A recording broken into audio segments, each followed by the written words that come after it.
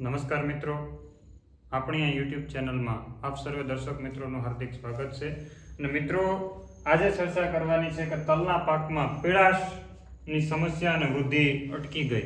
આ બે મુદ્દા ઉપર આજે ચર્ચા કરવાની છે. એ ચર્ચા કરવા માટે હું આપની સાથે મનીષ બલદાણિયા, કૃષિ વૈજ્ઞાનિક તરીકે કૃષિ વિજ્ઞાન કેન્દ્ર ગીર સોમનાથ કોડીનાર ખાતે ફરજ બજાવું છું.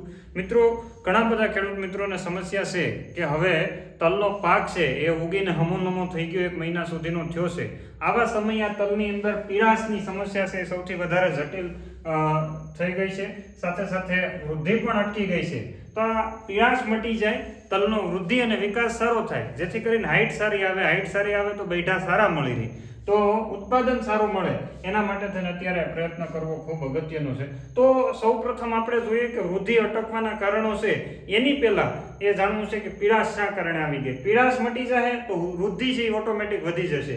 તો પીળાશના કારણોની અંદર જોઈએ તો મિત્રો, તમારી જમીનનું જે હાડપાન છે, નીચેનું જે જમીનની નીચેનું જે લેયર છે ને, એ લેયર કેટલું હાર્ડ છે એની ઉપર તમારે ખાસ ધ્યાન રાખવાનું છે. જમીનનું જો લેયર છે એ ફૂલ કડક હશે કે જેની અંદર પાણી નથી ઉતરી શકતું વ્યવસ્થિત રીતના, અથવા તો પાણી ભરાયેલું રહે. જમીનની આ સપાટી છે, આના સપાટીથી અહીંયા નીચે હાડપાન થઈ ગયું, ત્યાંથી મૂળિયા નીચે નથી ઉતરી શકતા, અથવા તો પાણી છે એટલામાં ને એટલામાં ભરાયેલું રહે, તો આ પીળાશ છે આવવાની શક્યતા સૌથી વધારે રહે. જો તમે પાટલે વાવેલા હોય તો તમે એની અંદર છાતી ચલાવી અને હાડપાન તોડી શકો, પરંતુ જેને વ્યવસ્થિત રીતના ખેતરની અંદર ખેડ કરી અને તલનું વાવેતર કર્યું છે તો એના માટે કદાચ આ સમસ્યા નહીં હોય. જેને માત્ર રોટાવેટરથી જ ખેતી કરતો હશે જે ખેડૂત, તો એના માટે કદાચ આ સમસ્યા હોઈ શકે. તો જમીનનું હાડપાન તોડવું આપણા માટે ખૂબ અગત્યનું છે. એ પછી વાત મહત્વની જોઈએ તો પોષક તત્વોની ખામી. મિત્રો, પોષક તત્વોની ખામી છે એ ખૂબ અગત્યનો રોલ આપણને ભજવી જતી હોય. પોષક તત્વોની ખામી જ્યારે ઊભી થાય, ત્યારે છે તલ પીળા પડી જતા હોય. શરૂઆતના નવા પાંદડા જો પીળા પડે, નવા એટલે હાવ ટોચના પાંદડા, ઉપરના પાંદડા પીળા પડતા હોય, તો તમારે સમજવાનું છે કે આપણા તલની અંદર લોહ તત્વની ખામી છે. કેવી? લોહ તત્વની.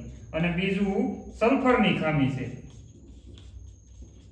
લોહ તત્વની અને સલ્ફરની ખામી હોય તો તમારે સમજવાનું કે તલના પાંદડા છે એ એકદમ પીળા થઈ જાય, અને પછી તમારા તલના પાંદડા છે ઘણીવાર દાઝવાની, ઘણીવાર બહુ હેવી ખામી હોય લોહ તત્વની, તો એને કહેવાય કે ભાઈ આઈવોરી વ્હાઇટ પ્રકારનું થઈ ગયું કહેવાય, તો પાંદડા ત્યાંથી દાઝવાની પણ શક્યતા વધારે રહી. એ સિવાય નાઇટ્રોજન અને ફોસ્ફરસની, પોટાશની ખામી હોય. ઘણાએ 20-20-0-13 એકલું નાખ્યું છે, ઘણાએ ડીએપી એકલું નાખ્યું છે, ઘણાએ 20-20 એકલું નાખ્યું છે. તો આવા મિત્રોને ખાસ સમજવાનું છે કે નીચેનું પાંદડું, જ્યારે નીચેના ભાગના પાંદડા, ઉપરના કુંબળીના પાંદડા લીલા રહે અને નીચેના ઉપરથી 1 થી 2 નીચેથી પાંદડા ગણો તો એ કિનારીઓ દાઝી જતી હોય, પાંદડા દાઝવા મળતા હોય કિનારીની બાજુથી.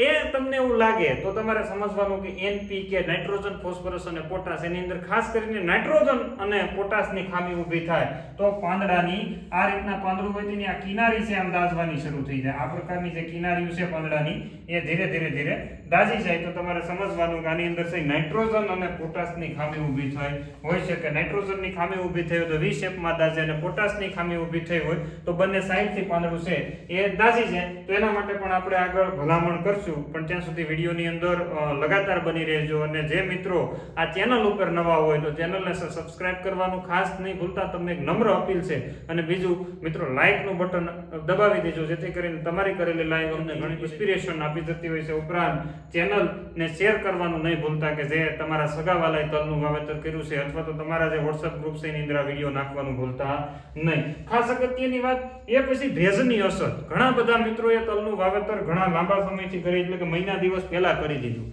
અત્યારે ઘણાના ફોન આવે છે 44 દિવસ થયા તલને પાણી પાયું નથી, ઘણા એમ કે 38 દિવસ થયા તલને પાણી પાયું નથી. તો એ જમીન જો એની તાસીર નબળી હોય, જમીનમાં મતલબ ભેજ સંગ્રહ શક્તિ ઓછી હોય, દેશી ખાતર ઓછું પડતું હોય, આવી પરિસ્થિતિનું નિર્માણ થાય તો તમારે ભેજની અસર ઊભી થઈ હોય. એના કારણે પાક છે પૂરતા પોષક તત્વ નથી લઈ શકતો. એ ન લઈ શકવાના કારણે પણ આવી સમસ્યા ઊભી થાય. એટલે ભેજની અસરને દૂર કરવી ખૂબ અગત્યની છે. અને સમયસર, એટલે કે તલ 4-5 પાંદડાનો થાય, તલનું 80% તલ ડૂબે નહીં એવી પરિસ્થિતિની અંદર આવી જાય, ત્યારે આપણે છે એને પાણી આપી દેવાનું છે. અને પછી ભેજની અસર ન સતત વર્તાય એનું ખાસ તમારે કાળજી રાખવાની છે. મિત્રો, બીજી વાત, વધારે પડતું પિયત આપવાથી પણ તલ છે એ પીળા પડી જાય. તલની ઉપલી જે પાંદડા છે, કુંબળીઓ છે, એ કુંબળીઓ સતત પીળી પડી રહે, આસી પીળી પડી જાય. તો આવી પરિસ્થિતિની અંદર શું થાય? તો તમારું પાણી વધી ગયું છે. તલને પાણી, મેં તમને એમ કીધું એ પ્રમાણે કે એવડું હાર્ડ લેયર હોય એની અંદર સતત પાણી ભરેલું રહે તો પણ વધારે પડતું પિયત આપવાથી, જેની જમીન ભારે કાળી હોય એમાં તલનું વાવેતર કરેલું હશે તો પણ આ સમસ્યા થવાની પ્રોબેબિલિટી સૌથી વધારે રહેશે. આ હતા મુખ્ય કારણો કે તલ પીળા પડે છે, જેની વૃદ્ધિ નથી થતી. પીળા પડવાનું અને વૃદ્ધિ નથી થવાના મેન કારણો. હવે કારણોના સોલ્યુશન માટે અગર જમીનનું હાડપાન છે તો એનો કોઈ અત્યારે ચાલુમાં રસ્તો નથી, પરંતુ જો તમે બે હાર વચ્ચે તલને વાવેતર અંતર રાખી અને વાવેતર કર્યું છે અથવા તો સાંટીને વાવેતર કર્યું છે, તમારી પાસે રસ્તો નથી. બે હાર વચ્ચે અંતર હશે તો તમે હળવું એવું હાથી હકારી અને તલનું છે હાડપાન તોડી શકો. એ સિવાય પોષક તત્વોની ખામી ઊભી થાય તો તમે નેનો યુરિયાનો ઉપયોગ કરી શકો. નાઇટ્રોજનની ખામી હોય તો એક પંપની અંદર તલમાં ખૂબ સારું પરિણામ ગયા વર્ષે અમે લીધેલું હતું. એક પંપમાં 50 ml નેનો યુરિયા ઓગાળી અને છંટકાવ કરીએ તો ખૂબ સારું પરિણામ મળે છે. અત્યારે ઉનાળાની પરિસ્થિતિ છે, હીટ વેવ છે, ગરમીનું પ્રમાણ સૌથી વધારે છે. 5 વાગ્યા પછી પંપ છાંટવામાં આવે તો રિઝલ્ટ સારું મળશે. હવે કોઈ એવી કોમેન્ટ ન કરવી મારે 50 વીઘા છે 5 વાગ્યા પછી કેમ છાંટવું, એ હવે તમારે મેનેજ કરવાનું છે. મારી તમને ભલામણ સાયન્સ અને ટેકનોલોજીના મુતાબિક તમને વાત કરું છું. તો નેનો યુરિયા છે સાંજના સમયે જો એનો ઉપયોગ કરવામાં આવે તો ખૂબ સારું પરિણામ મળે છે. એ સિવાય સૌથી સારામાં સારું અને બેલેન્સ જે ગ્રેડ આવે છે 25-25-25, પણ છેતરાતા નહીં, યાદ રાખજો, ભળતા નામથી ભરમાતા નહીં. 25-25 નો જે ગ્રેડ આવે છે એની અંદર નાઇટ્રોજન, ફોસ્ફરસ અને પોટાશ આવે છે. આ ત્રણેય કે તમને કીધું ને પાંદડા દાસ, નીચેના પાંદડા દાસતા હોય અને કિનારીઓ બળતી હોય તો આવી પરિસ્થિતિનું નિર્માણ થાય ત્યારે 25-25-25 નો જે ગ્રેડ આવે છે ખૂબ સારો ગ્રેડ આવે છે કે એની અંદર એમિનો એસિડ, વિટામિન્સ બધું મિક્સ આવે, સાથે માઇક્રોન્યુટ્રિયન્ટ મિક્સ આવે. સ્ટાન્ડર્ડ કંપનીનું ને સારું ખરીદજો. કદાચ 2 રૂપિયા મોંઘું પડે અથવા 2 રૂપિયા સસ્તું પડે. સસ્તું ક્યારેય સારું હોતું નથી ને સારું ક્યારેય સસ્તું મળતું નથી. એ સિદ્ધાંત મગજની અંદર ચલાવી અને હાલજો. એટલે 25-25 નો ગ્રેડ ખૂબ સારું પરિણામ આપે છે. ને ગ્રેડ આવે છે એની વાત કરું છું, નહીં કે કોઈ કંપનીની વાત કરું છું. એટલે આ ગ્રેડનું મને જે ગયા વર્ષે સારા રિઝલ્ટ મળ્યા હતા એની હું તમને આજે વાત કરી રહ્યો. એ સિવાયની વાત છે કે યુરિયા અને સલ્ફર, તમે જ્યારે 30-35 દિવસના તલ થાય ત્યારે યુરિયા નાખવાનું હોય તલના પાકની અંદર. હવે ઘણા બધા ખેડૂત મિત્રોને આપણે આગળના વિડીયોની અંદર પણ વાત કરી હતી કે યુરિયાની જગ્યાએ જો એમોનિયમ સલ્ફેટ નાખવામાં આવે તો ઘણો બધો ફાયદો થશે.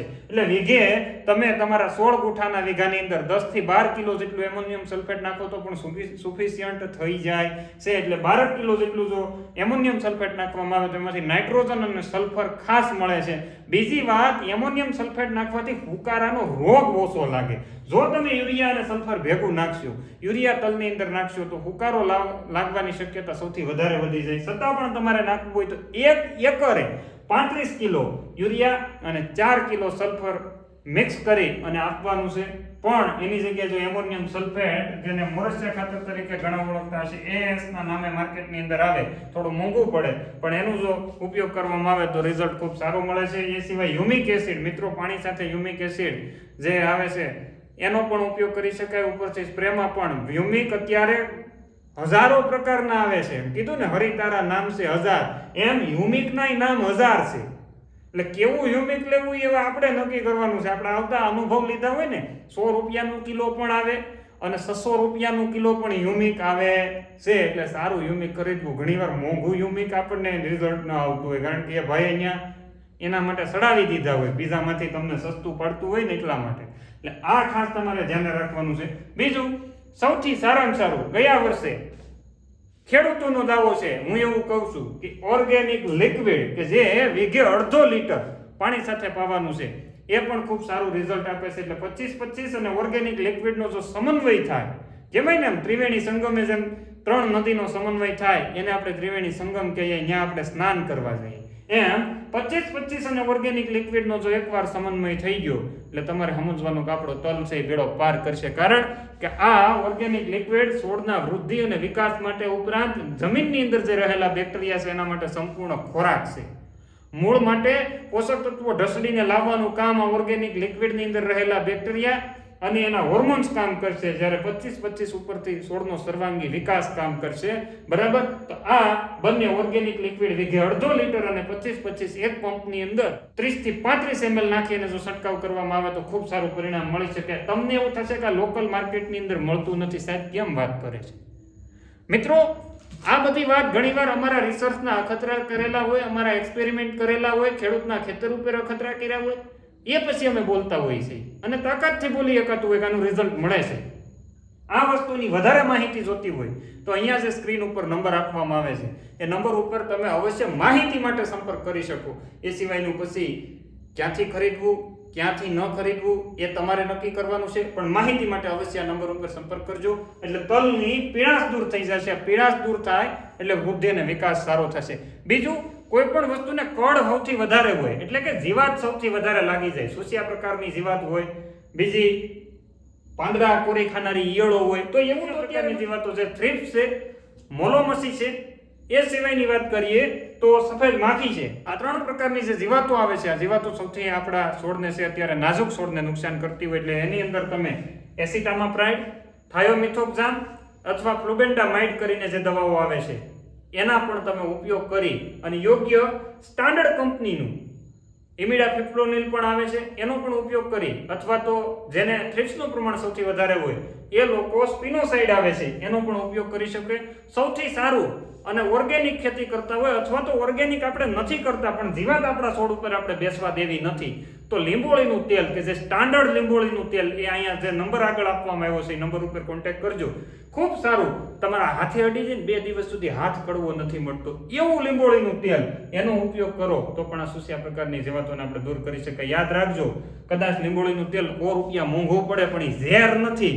અને આ જે તમે લઈ આવો ને ઇમિડાફિપ્રોનિલ લઈ આવ્યા હોય કે પછી એસિટામાપ્રાઇડ લઈ આવ્યા હોય કે XYZ તમે પ્રોફેનોફોસ લઈ આવ્યા હોય કે સાયપરમેથ્રિન લઈ આવ્યા હોય, તો આ ઝેર છે એ ઝેર આપણી જમીન માટે સારું નથી. એ મુદ્દો મગજની અંદર યાદ રાખી અને આગળ વધજો. મિત્રો, સુસિયા પ્રકારની જીવાતોના નિયંત્રણ માટે લીંબોળીનું તેલને પ્રાઇમ ઇમ્પોર્ટન્સ આપજો. એ સિવાય બીજી વાત કરું તો કોઈ પણ દવાઓ જે તમને અહીંયા કીધી, ઇમિડાફિપ્રોનિલ હોય કે પછી થાયોમિથોક્ઝામ હોય કે એસિટામાપ્રાઇડ હોય કે ફ્લુબેન્ડામાઇડ હોય, તો ધ્યાન રાખજો. બીજું, સાયપરમેથ્રિનનો ઉપયોગ જો શરૂઆતની અવસ્થામાં ન કરવામાં આવે તો વધારે સારું. તો તલના પાંદડા છે એ એટલા બરડ થતા બચાવી શકાય. એ મિત્રો, તો છેલ્લી કે જે ખેડૂત મિત્રો પશુપાલન સાથે સંકળાયેલા છે એ ખેડૂત મિત્રોને ખાસ એક વિનંતી છે કે આપણે ગીર સોમનાથ જિલ્લાની અંદર ઘણા બધા ખેડૂત મિત્રો પોતાના પશુપાલનને સતત લીલો સારો મળતો રહે એના માટે થઈ અને કાળી જુવારનું વાવેતર કરતા હોય છે. તો આ કાળી જુવાર ગુજરાતના તમામ ખેડૂતો સુધી પહોંચે એવો આપણો પ્રયત્ન છે. ખેડૂતોએ પકવેલું બિયારણ ઘણીવાર આપણે એનો અન્ય ખેડૂત સુધી પહોંચાડવાનો પ્રયત્ન કરતા હોઈએ છીએ. તો આ જે કાળી જુવારનું બિયારણ છે, 1 વીઘાની અંદર 5 કિલો બિયારણ વાવીએ તો આપણને સફિશિયન્ટ થઈ જતું હોય. આપણા પાસે 1 થી 2 પશુ હોય તો આપણે 5 ક્યારાનું જ વાવેતર કરવાનું છે અને આ 5 ક્યારા આપણે છે 2 કિલો જુવારથી વાવેતર થઈ જતું હોય છે. તો વીઘે 5 કિલોના માપના હિસાબથી જુવારનું વાવેતર થાય છે. તો જુવારની વધારે માહિતી માટે અહીંયા આપેલો નંબર, ત્યાંથી તમે કોન્ટેક્ટ કરજો. ગીર સોમનાથ જિલ્લાની અંદર ઘણી બધી જગ્યાએ અવેલેબલ હોય એમાંથી આ નંબર ઉપર માહિતી તમને મળી જશે. અને બિયારણ છે ખૂબ સારું આવે છે. એકવાર આનો ઉપયોગ કરજો. ભલે 2 ક્યારા વાવો પણ 2 ક્યારાની અંદર 500 ગ્રામ વાવીને પણ ઉપયોગ કરશો તો તમને ખ્યાલ આવશે.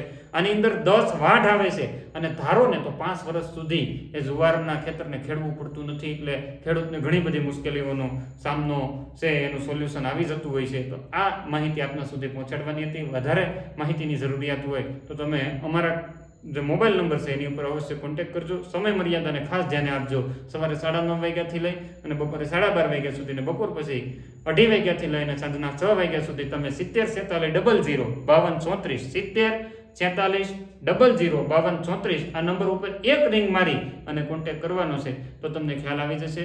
વધારે માહિતી અન્ય લોકો સુધી પહોંચે એના માટે થઈ અને માહિતીને શેર કરજો. અસ્તુ, આભાર, જય હિન્દ, ભારત માતા કી જય.